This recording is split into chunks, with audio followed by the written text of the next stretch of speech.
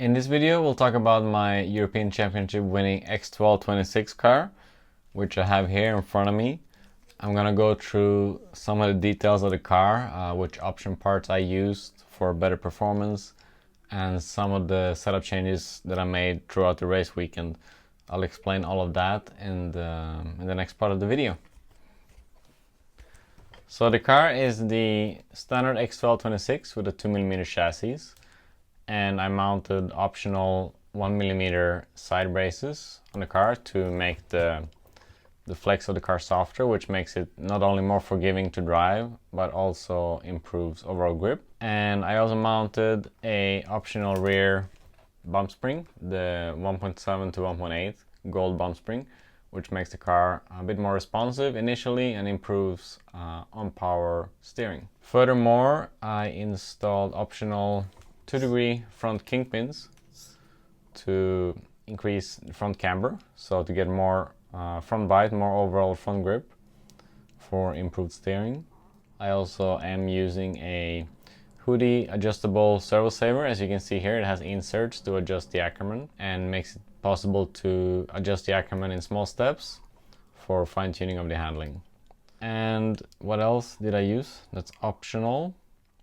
I was using -1mm less trail axles for the steering blocks, which makes the car a little bit longer in terms of the wheelbase, and this makes the car carry more corner speed, frees up the car especially for high grip conditions. So the -1mm less trail front axles, very important option part. About the car setup, I did make some changes. I started with quite an aggressive setup because that's what I've been liking from back home, but when we came to the track in Sicily, we realized that the grip wasn't that high, so I needed to take steering away. So I did go to a medium length pivot position instead of a short one to take some rotation away, make the car a bit more forgiving to drive. And I took some side spring preload out, and I actually went from a gold side spring to a silver side spring, which is the kit side spring, instead of the optional gold, which is one step hotter. I also did that to increase side traction. When I arrived at the track, I had the center shock more shimmed up here. So I had a 5mm shim instead of a 3mm, but I reduced that back to 3mm, which is kit, which made the car more forgiving on power and also took rotation away. About other setup changes, I played with the Ackermann a little bit. I moved the servo saver backwards for finals day. So I had it shimmed before, but I took the shim out and I moved it backwards to add Ackermann actually to make the car easy to drive. And tire size, I went a little bit bigger tire size for the, let's say, lower grip conditions. There's two modifications I made to the car which are very important, which I'm going to explain now. I have the battery moved all the way forward, so you can see here the battery rests actually against these carbon pieces here. I then have the battery double-sided to the chassis with double-sided tape so that it cannot move, and you have to take this backstop out here so that you can move the battery all the way forward.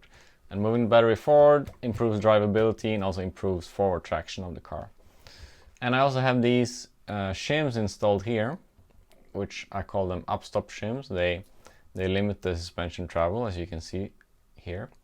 These are 5mm shims, and I have a HUDY flathead screw on top, so the suspension travel is limited, which makes the car more reactive and also frees it up. And all these small details, option parts and setup changes makes for the overall package of the car, which was handling extremely well on the ETS carpet in Sicily. So I hope that you enjoyed all the insights about my X12'26 European Championship winning car. And if you have any questions or feedback about the car or about my setup and my car configuration, feel free to message me or XRAY on our social media channels, and we'll get back to you shortly.